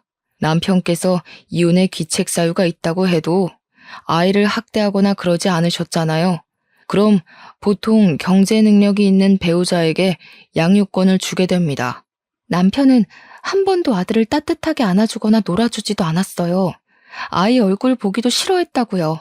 그렇게 말씀하셔도 정확한 학대나 방임의 증거가 있어야 하는데 배우자 증언만으로는 그것을 증명할 수가 없고 그런 건 학대나 방임의 증거가 되기 어렵습니다. 결국은 제가 직업도 없고 가진 것이 없어서 이대로 아들을 빼앗겨야 한다는 것이었죠. 변호사는 제게 명함을 내밀었습니다. 양육권은 가져가실 수 없어도 귀책 사유는 남편분에게 있으니 위자료는 받으실 수 있을 겁니다. 소송으로 가게 되시면 연락해 주십시오. 저는 명함을 집어들고 자리에서 일어났습니다. 명함을 가방에 넣으려고 보니 가방 한 구석에 전에 샀던 로또가 들어있었습니다. 절박한 심정이 되니까 아직 확인하지 않은 복권이 더 간절해지는 거 있죠? 제발 당첨되라 하고 말이에요. 변호사 사무실을 나오면서 로또를 집어들고 핸드폰으로 번호를 확인했어요. 로또에 당첨이 되면 돈 때문에 아들을 빼앗기지 않아도 되니까요. 숫자 하나하나 확인해 갈 때마다 심장이 쿵쾅거렸습니다. 신기하게 핸드폰에 있는 숫자와 로또 종이의 번호가 딱딱 들어맞았거든요. 마지막 6번째 숫자까지 들어맞자 저는 그 자리에서 소리를 지르고 말았습니다. 지나다니는 사람들이 저를 미친년처럼 쳐다보아도 너무 행복했어요. 그냥 죽으라는 법은 없나 봐요. 이 복권은 남편이 제게 이혼 서류를 내밀던 그날 산 복권이었어요. 그동안 확인해 볼 생각도 못하고 있었는데 이런 행운이 찾아오다니. 핸드폰에 적힌 당첨금을 보고 저는 눈을 비볐어요. 30억. 평생 일을 해도 못 만질 만한 금액이 찍혀 있었습니다. 저에게서 그 돈은 하늘에서 내려온 동화줄이었습니다. 아들을 그 지옥 같은 시댁에 보내지 않아도 되니까요. 얼마나 떨리고 긴장이 되던지. 다음 날 바로 신분증과 복권이 든 가방을 꼭 끌어안고 농협은행 본점으로 찾아갔습니다. 농협 직원은 복권을 확인하고 새로운 통장에 당첨금을 입금해 주었습니다. 세금을 제외하더라도 제 통장에는 20억이 넘는 돈이 찍혀 있었어요. 두 눈으로 통장에 찍힌 돈을 보고도 실감이 나지 않더라고요. 이게 정말 내 돈이 맞는 건가 싶었죠. 이 돈이면 집을 구하고 아들과 함께 남은 여생을 편하게 보낼 수 있다는 생각을 하니 마음이 들떴습니다. 저는 당첨금을 받고 변호사를 찾아가 로또 당첨되었다고 말했습니다. 이 정도면 아들의 양육권을 되찾을 수 있냐고 물어보았어요. 로또 1등 당첨되어서 20억이 넘는 돈을 실수령액으로 받았어요. 이 정도 돈이면 직장이 없어도 아들 양육권을 되찾을 수 있는 거죠? 변호사는 저를 보고 당황했습니다. 며칠 전만 해도 거의 빈털터리로 찾아왔던 여자가 갑자기 복권 당첨이 됐다고 찾아왔으니 놀랄만도 하죠. 네, 충분합니다만 완벽하게 양육권을 가져오려면 아들을 부인께서 혼자 돌봤다고 증명해 줄 사람이 필요한데 누가 증명해 줄 사람이 있을까요? 증인이요? 증명해 줄 사람이 있을지 모르겠네요. 특별한 일이 아니면 대부분 집에 있어서 친구들도 어쩌다 한 번씩 만났거든요. 그래도 일단 경제적으로 해결은 되셨으니까 확실하게 증언 서술뿐만 있으면 이건 저희가 이기는 재판이 될 겁니다. 천천히 생각해 보세요. 변호사에게 알겠다 말하고 사무실을 나왔습니다. 돈만 있으면 완벽하게 아들을 데려올 수 있을 거라고 생각했는데 생각지도 못한 증인을 찾으라니 당황스럽더라고요. 출산 후에는 친구들도 만날 시간이 없고 평소 저는 제 사정에 대해서는 친정에도 말을 아껴왔던 터라서 딱히 증명해줄 사람이 없었습니다. 집으로 돌아오는 길에 아파트 밑에 있던 편의점이 눈에 띄었습니다. 매일 비슷한 시간에 들려서 복권을 샀던 그 편의점 말이에요. 밤에는 알바를 구하기 힘들다면서 아파트에 사시는 주인분이 직접 편의점을 운영했던 게 떠올랐죠. 주인 아주머니께서는 가끔 제게 말을 건네시면서 날씨가 궂은 날에도 아이가 잠을 못 자느냐고 물어보시곤 했어요. 그때 아주머니께 남편에 관해 얘기했었어요. 아이 울음소리에 너무 예민해서 남편이 잠을 못 자니 밖으로 나왔다고 말이죠. 아주머니가 증인이 되어 주시기만 한다면 재판을 완벽하게 제가 유리하게 이끌어갈 수 있었죠. 저는 편의점으로 들어갔습니다. 다행히 주인 아주머니가 계셨어요. 아주머니께 한참 저의 사정을 이야기를 했습니다. 아주머니는 흔쾌히 제 증인이 되어주시겠다고 하셨어요. 아이고, 그런 일이 있었구나. 그래서 매번 그 늦은 시간까지 아들하고 돌아다녔어? 걱정하지 마라. 내가 증언해 줄 테니까. 그런데 어떻게 하는 거야? 이혼 가사 조사관이 소환하거나 전화가 걸려오면 있는 사실 그대로 말씀만 해주시면 돼요. 제가 왜 밖에서 아들을 데리고 있어야 했는지, 그리고 왜 복권을 사야 했는지 말이에요. 그럼 있던 일만 말하면 된다는 거지? 걱정하지 마. 아유, 새댁이 그동안 고생이 많았네.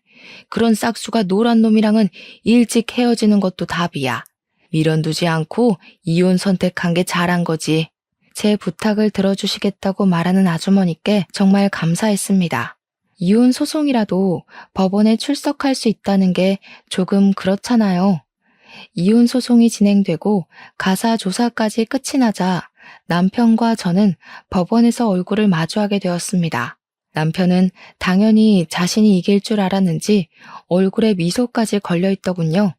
저희의 첫 이혼 조정은 그렇게 길지 않게 끝이 났어요. 남편의 유책 사유는 너무 뚜렷했으니까요. 남편의 외도와 가정의 불성실함이 이혼의 주된 이유였죠. 남편도 그것은 인정한다고 했습니다. 저와 빨리 이혼하고 그 여자와 살 생각이었는지 모든 것을 다 받아들이고 위자료까지 흔쾌히 지급하겠다고 하는 겁니다. 저렇게까지 해서라도 저와 이혼하고 싶다니 속으로 쾌재를 불렀습니다. 양육권으로 이야기가 바뀌어가자 남편은 저를 보면서 입가에 미소까지 띄웠습니다.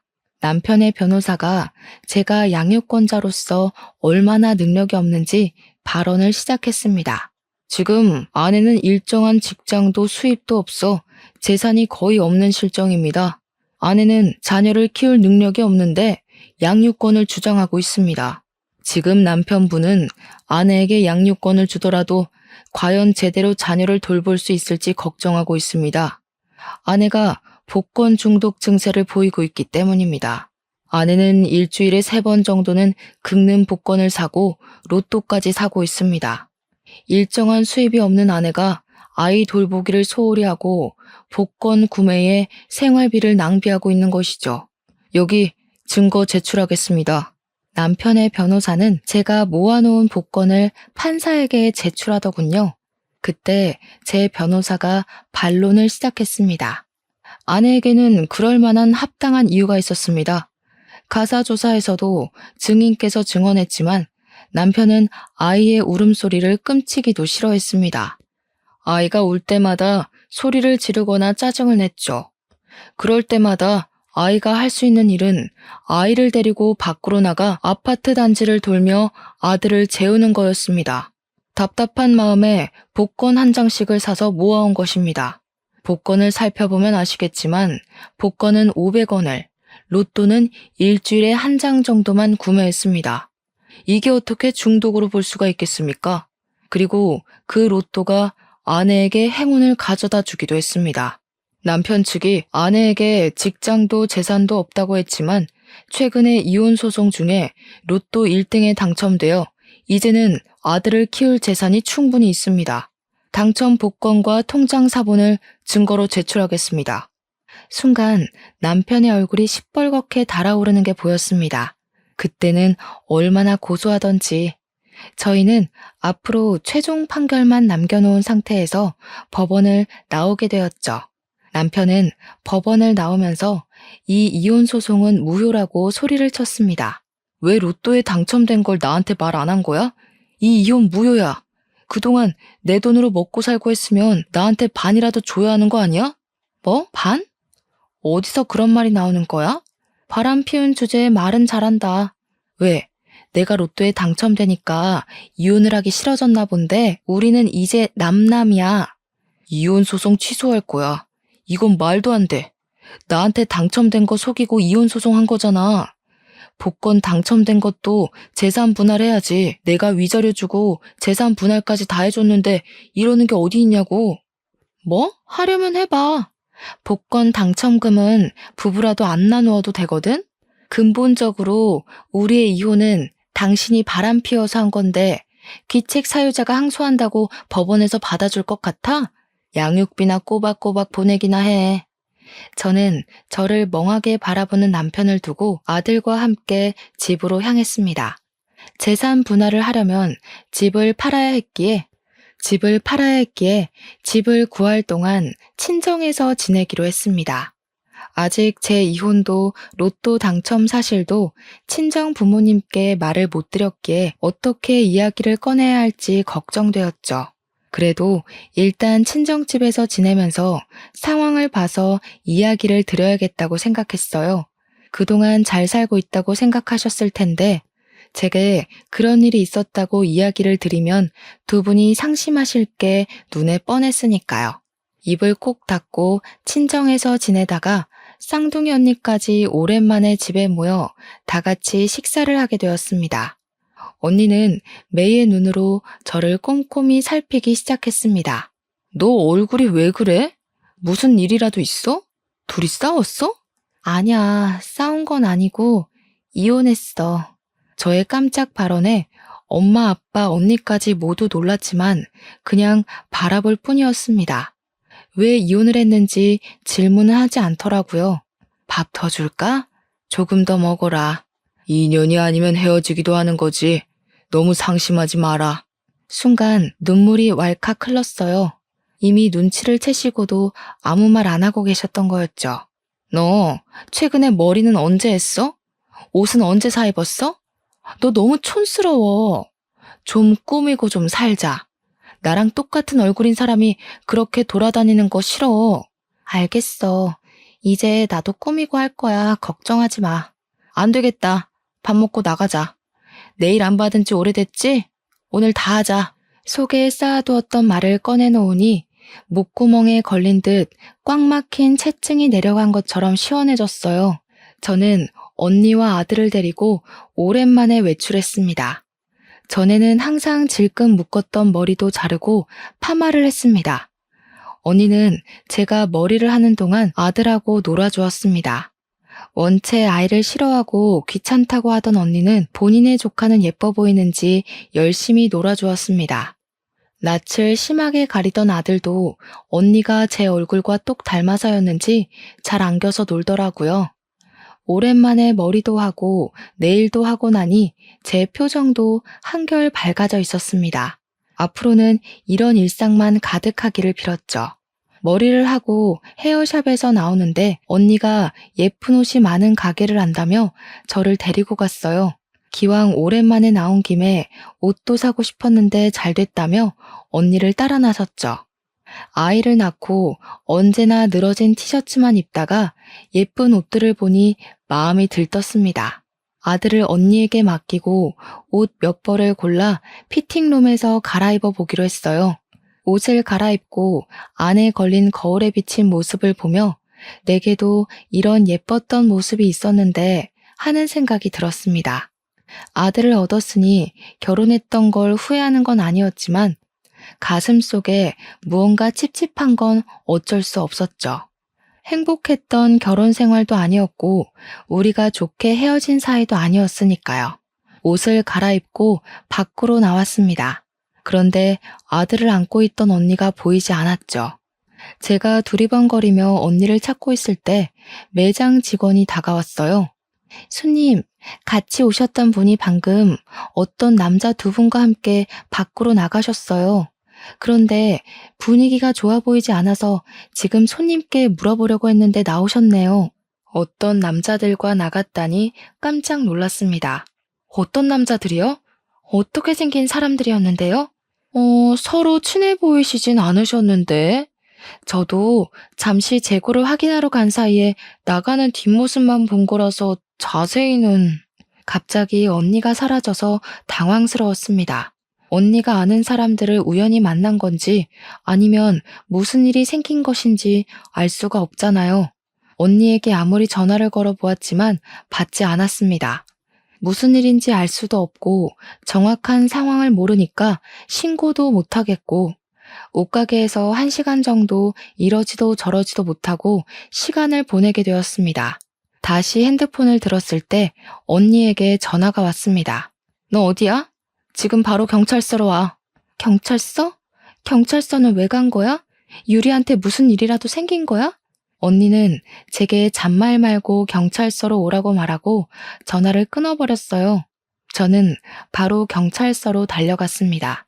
그곳에는 남편과 시어머니가 나란히 어떤 남자들과 잡혀와 있었습니다. 언니는 경찰서로 들어오는 저를 보고 눈을 찌푸리더군요. 너 왜 말 안 했어? 그런 일이 있었으면 진작 말을 했어야지. 검사 언니 뒀다 언제 쓸래? 제부가 바람 피워서 이혼한 거라며. 양육권 때문에 소송하고. 너는 정말 그 꽉 다물고 있는 입 좀 고쳐라. 로또 당첨되어서 양육권 가져간 건 다행인데 제부랑 너희 시어머니가 짜고 너를 납치해서 돈을 갈취하려고 했어. 납치한 놈들이 너로 착각하고 나를 데려갔기에 망정이지. 진작 말했으면 내가 다 알아서 했지. 남편과 시어머니는 제 로또 당첨금을 노리고 사람을 시켜 저와 아들의 납치를 지시한 거였습니다. 제 스타일이 하루아침에 바뀌어버려서 남자들은 아이를 안고 있던 언니를 저로 착각해서 납치를 하게 된 것이었죠. 언니는 처음에 순순히 그들에게 따라가는 척하다가 그 사람들의 대화로 모든 정황을 알아내고 자신이 제가 아닌 쌍둥이 언니라는 것을 밝혔다네요. 남자들은 언니가 현직 검사라는 사실에 당황해서 남편에게 전화를 걸게 되었고 언니는 자수하지 않으면 가만 안 둔다고 했답니다. 남편과 시어머니는 바로 경찰에 자수를 했다네요. 미안해. 좋은 일 아니니까 말하면 언니도 속상하고 엄마 아빠도 속상해 하실까봐 나중에 다 해결하고 말하려고 했어. 이제 내가 알았으니까 걱정하지 마. 이런 짐승만도 못한 것들은 언니가 책임지고 콩밥을 먹여줄 테니까. 알겠지? 언니의 말에 남편과 시어머니가 두 손을 비비면서 빌기 시작했어요. 여보, 내가 잘못했어. 한 번만 봐주면 안 될까? 내가 유리 아빠잖아. 유리를 봐서라도 한 번만 봐주면 안 돼? 그래, 유리 엄마야. 유리 얼굴 한 번만 봐서라도 용서해줘라. 오죽했으면 우리가 이랬겠니?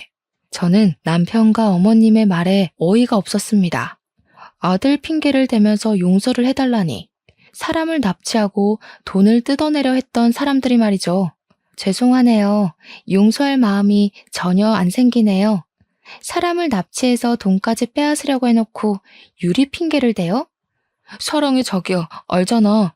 내가 당신 얼마나 사랑했는지. 내가 잠시 미쳤었나 봐. 저를 사랑한다면서 옷깃을 붙잡는 남편을 보니 화가 치밀어 올랐습니다. 손을 들어 남편의 뺨을 내리쳤죠. 사랑? 임신해서 배가 나왔을 때 정 떨어졌다고 하던 사람이 누구였지? 나를 쳐다보기도 싫다고 했지? 내가 지금 딱 그런 기분이야. 다시는 그 더러운 얼굴 꼴도 보기 싫어. 남편은 할 말을 잃고 저를 빤히 쳐다보더라고요. 항상 그에게 아무 말도 못했던 저였으니까요. 이렇게 된 마당에 남편에게 못할 말이 어디 있었겠어요. 다시는 꼴도 보기 싫었죠. 어머님도 다시는 유리 얼굴 보려고 하지 마세요. 찾아와도 제가 절대 얼굴 안 보여줄 거니까요.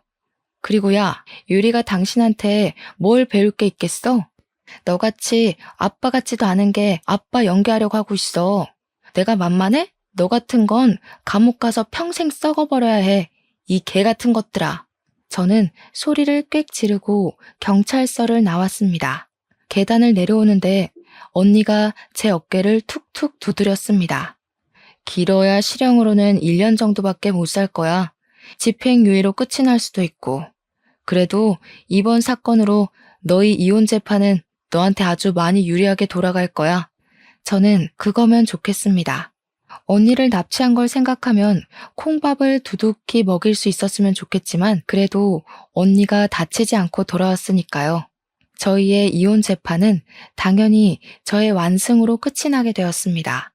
아파트야 결혼할 때 반반 부담해서 샀으니 당연히 재산 분할에 포함이 되었고 불륜으로 귀책 사유가 뚜렷했던 남편은 저에게 위자료 1,000만 원과 납치 사건으로 양육권도 박탈당하게 되었죠. 남편은 재판 내내 아무 말도 없이 고개 한번 들지 못하더군요. 저는 재판이 끝나고 자리에서 일어나면서 남편에게 말했어요. 난 말이야, 당신이랑 산 결혼 생활이 전혀 즐거웠던 기억이 없었던 것 같아. 왜 그렇게 미련하게 당신에게 말 한마디 못했는지 모르겠지만 이제는 할 수 있을 것 같아. 다시는 마주치지 말자. 내 앞에도 유리 앞에도 안 나타났으면 좋겠어. 유리가 당신 같은 아빠에게서 태어났다는 걸 알면 얼마나 속상하겠어. 유리가 크면 아빠는 이 세상에 없다고 말할 거야. 당신도 나나 유리한테 특별한 감정 없잖아? 남은 재판 잘 받아. 남편은 끝까지 고개를 들지 못했습니다. 언니에게 들은 말로는 남편은 시어머니와 함께 납치 공갈 협박으로 징역 1년 반을 선고받게 되었답니다. 얼마나 속이 시원하던지. 남편은 당연히 그 여자와도 헤어지게 되었다네요. 당연한 결과였죠. 어떤 여자가 빈털터리의 범죄자가 된 사람과 계속 만나겠나요? 남의 가정을 찢어놓으며 남편과 결혼하려 했던 그 여자의 결심은 딱 그 정도밖에 되지 않았던 거겠죠. 남편은 결국 원하던 모든 것을 잃게 되었습니다.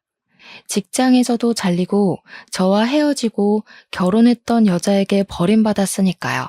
그리고 검사인 언니 덕분에 남편과 시어머니에게 접근 금지 가처분 신청까지 해버려서 이제 남편과 시어머니가 출소한다고 해도 저와 아들 앞에 나타날 일이 없어졌습니다. 지금 저는 새로운 집으로 이사도 하고 친정 부모님과 즐거운 생활을 보내고 있어요. 여전히 제 입은 무겁고 먼저 말을 잘 꺼내지 않지만 전보다는 덜 과묵해지려고 노력하고 있어요. 아들이 옹알이를 시작하면서 이것저것 물어보기 시작했거든요. 엄마가 말이 많아야 아이의 언어 능력이 빨리 늘어난다고 하더라고요. 언니는 아직도 제게 말하는 게 부족하다고 타박을 하기도 합니다. 연습을 더 하라나요? 언니 눈에는 아직 부족해 보이나 봐요. 네, 언니가 아니라 제가 납치를 당했다면 저는 언니처럼 당당하게 그들을 제압할 수 있었을까요? 지금 제 모습을 보면 그건 어려웠을 테죠. 하지만 점점 더 나아지려고 노력을 하고 있으니 언젠가는 언니처럼 당당하게 제 속마음을 표현할 날이 올 거라고 생각해요.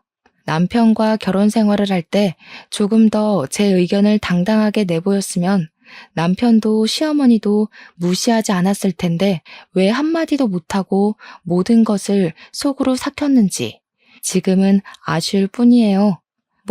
제가 표현을 했더라도 저희의 이혼은 불가피했겠지만 말이죠. 저는 아직도 지나가는 길에 복권방이 보이면 가끔 복권을 사고는 합니다. 지금 같은 행운이 찾아오지 않겠지만 아직도 무언가 부족한 저를 채우기 위해 사는 것 같아요. 언젠가 제가 복권이 사지 않는 날이 오면 부족한 부분이 채워졌다는 거겠죠. 저의 사연은 여기까지입니다. 말로는 꺼내지 못해도 이렇게 사연을 글로 남기니 조금은 속이 뚫리는 것 같습니다. 제 사연을 읽어주셔서 감사합니다.